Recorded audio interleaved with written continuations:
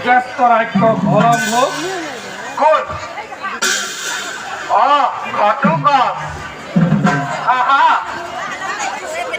মনুষ্য নহয় কদাপি বিশ্বাসৰ যোগ্য এনে মনুষ্যৰ ওপৰত লম মই ভীষণ প্ৰতিহু দিম বলিতা দেৱী মাৰ চৰণত নিৰীহ মনুষ্যৰ ওপৰত আপোনাৰ দৰে এজন দিলে ৰোধ কৰাৰ জানো হ'ব উচিত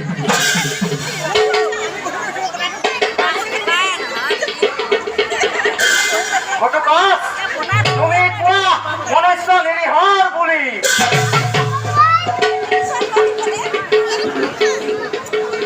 এনে মনুষ্যৰ ওপৰত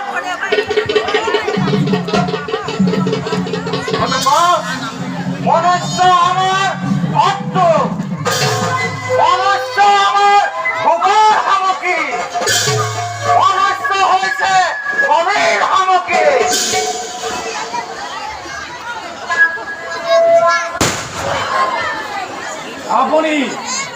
আপুনি মোৰ মাৰ সখা এই হেতু মই কৰোঁ আপোনাক মাতৃৰ দৰে সন্মান কৰিছোঁ এক অনুৰোধ ই আনাই মই আৰু নিদিব আপুনি নিৰীহ মনুষ্যৰ বলি এই দেৱীৰ চৰণত দেৱীৰ চৰণত নিদিও নৰবলি গতিকে আপুনি কৈছা তুমি ৰাক্ষস পন্থত তই কৰিছা লৰ্ব সন্দেহ লাগিছে মোৰ তোমাৰ ওপৰত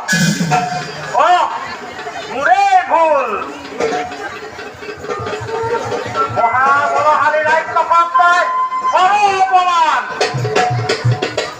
মোৰে ভুল তুমি কেনেকৈ হবা ৰাজ্য তুমিতো নৰধন বিকুধনৰ পুত্ৰ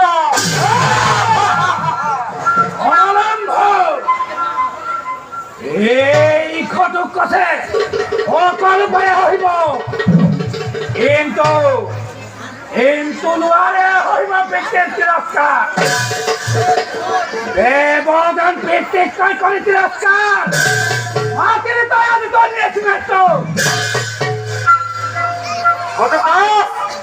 তোৰ ইমান সাহস এই ৰাক্ষস বীৰ শ্ৰেষ্ঠ তই কৰ অপমান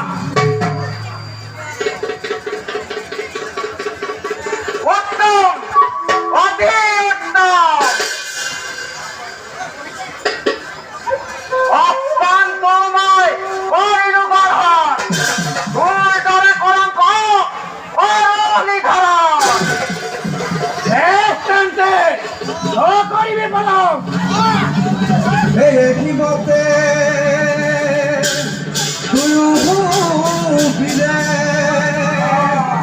যুদ্ধ যুদ্ধ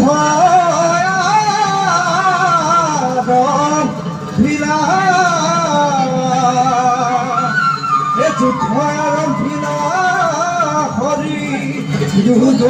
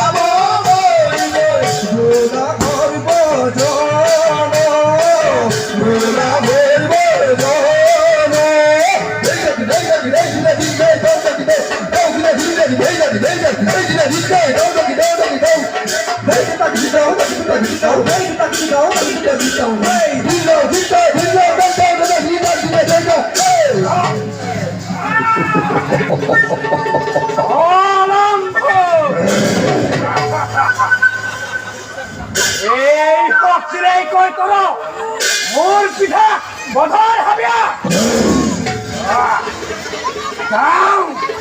যাওঁ এতিয়া মই নিজ কৰ্তব্যত অগ্ৰসৰ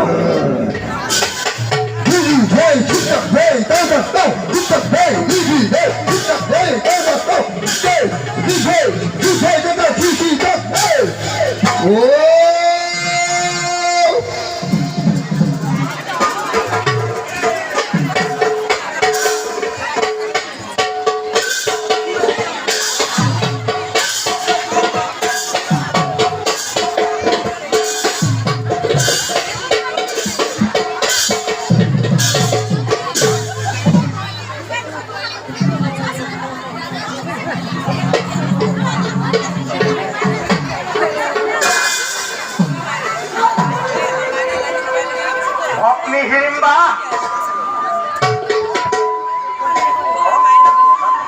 দাদা আহক আহক আজি মই আনন্দিত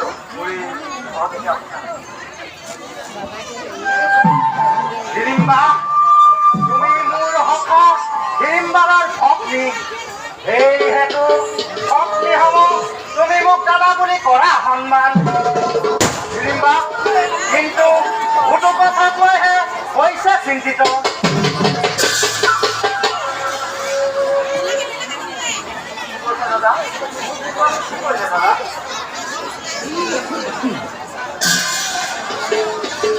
কি কম হিড়িম্বা হলো অপমানিত গোটো কথা মোৰ বিৰুদ্ধে ধৰিলে অস্ত্ৰ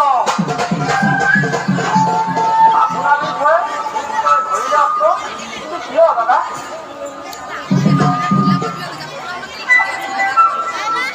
দেৱীমাৰ চৰণত বলি দিবৰ বাবে এক মনুষ্য কৰিছিলো যোগা কিন্তু গোটো কথা তাৰ বিৰোধিতা কৰি মোৰ বিৰুদ্ধে ধৰিলে অস্ত্ৰ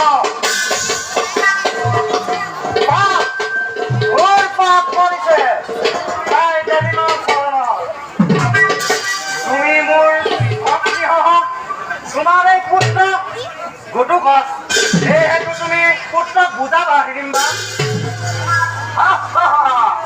কি বুলিনো বুজাম দাদা যদিহে কৈছে ভূত তেতিয়াহে হয় জীৱনীৰ প্ৰয়োজন ইয়াতো বুলিছে কোনো বাদ কাম কৰা নাই ইয়াতো প্ৰসংগনীয় কামহে কৰিছে দাদা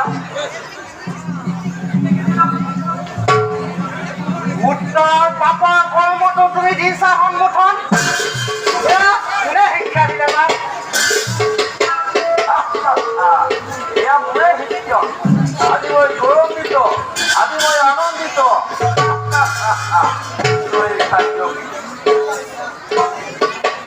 কি কৈছা বুজিলো নিশ্চয় তোৰ ৰাক্ষসী হত্যাক ধৰিলে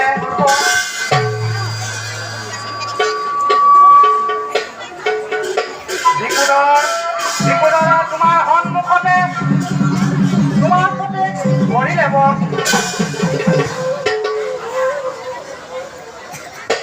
কি কৈছ বাবু দাদা এয়া অতি নিন্দা নহয় এই ৰাক্ষসী হিড়িম্বাই সাৱধান কৰিছোতো ৰাক্ষসী হত্যাকাৰী নৰবিজ নাই নতুন এই স্থানতে এই সিহঁতে তোৰ ডিঙি মই কৰিম ৰক্ষবা অপমান আজি মাতৃয়ে কৰে অপমান আৰু পুত্ৰই কৰে অপমান এই বল ৰাক্ষস সন্মুখ অকা হিড়িম্ব কেৱল তোমাৰ কথা ভাবিয়েই মই মাতৃপুত্ৰ দিছো পণ্ডা হিড়িম্ব বৰ ভুল কৰিছ এয়া পণ্ডাই ভাবি হাতে হাতে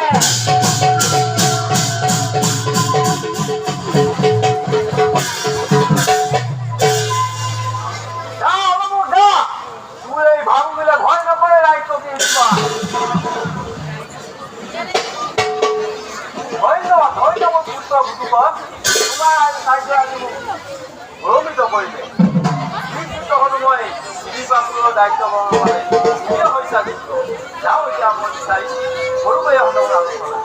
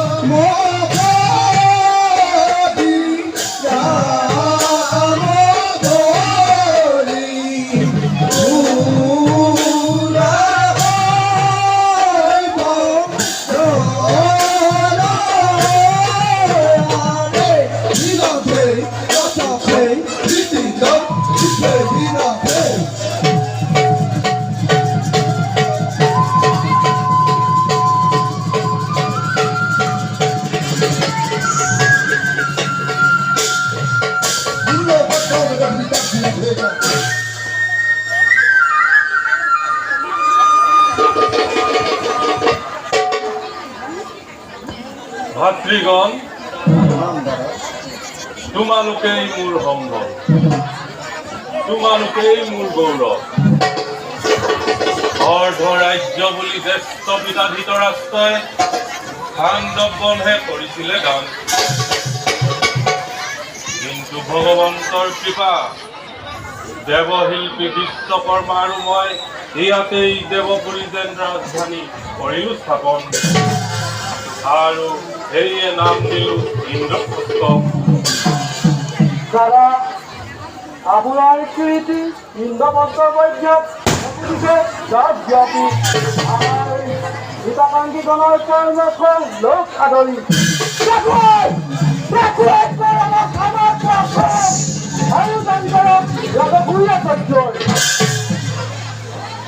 সহদেৱে উচিত কথাকে কৈছে দাদা। ৰাজযুদ্ধ সমাপন কৰি দেখুৱাওক গৌৰৱ ৰাজচক্ৰৱৰ্তীৰ দৃশ্য। ভাতৃগণ, উত্তম প্ৰস্তাৱ দিছা তোমালোকে, পাছে উদ্দেশ্যত ফুটি উঠিছে তোমালোকৰ হীন মনোভাৱ। ইষ্ট কুটুম্বৰ লগত বৈৰী ভাৱ ৰাখি ৰাজহুয় যজ্ঞ কৰাৰ নাই মোৰ অভিপ্ৰায়। ক্ষমা কৰিব দাদা, আপোনাৰ কথাৰ উদ্দেশ্য আমি বুজি নাপালো। মোৰ বক্তব্য অতিকেই স্পষ্ট। ৰাজহুয় যজ্ঞৰ মই নহওঁ বিৰোধী, পাছে জ্যেষ্ঠজনক ৰাখিনী লগত ইষ্ট কুটুম্বৰ লগত ৰাখি বৈৰী ভাগ ৰাজহুয় যজ্ঞৰ মই নকৰোঁ আয়োজন। বাৰু এই সন্দৰ্ভত তোমালোকে আৰু চিন্তা নকৰিবা। যদুপতিলৈ মই পঠাইছোঁ বাৰ্তা, নিশ্চয় আহিব যদুপতি। আমি সকলোৱে কৰি মানাম। এতিয়া বোলা আমি কৰোগৈ বিশ্ৰাম।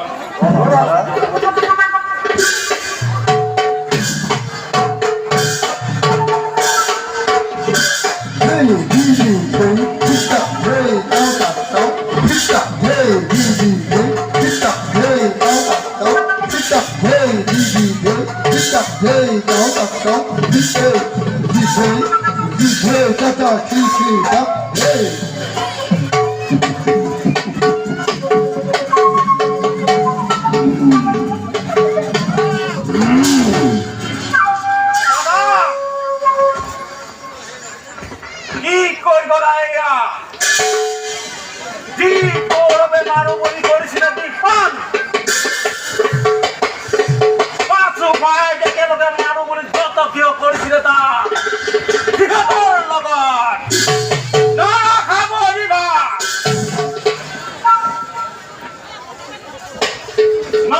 মই তোমাৰ দৰে ধৈৰ্যৱান শিক্ষা দাসীন মহান ধৰ্মৰা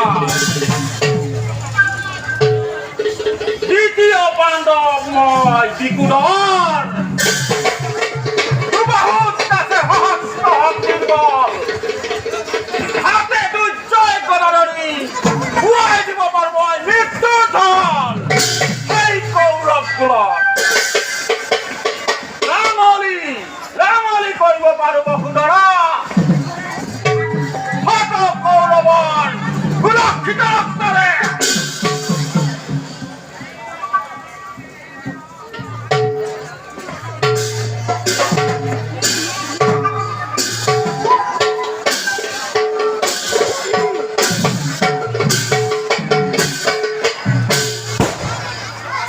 প্ৰণাম দাদা।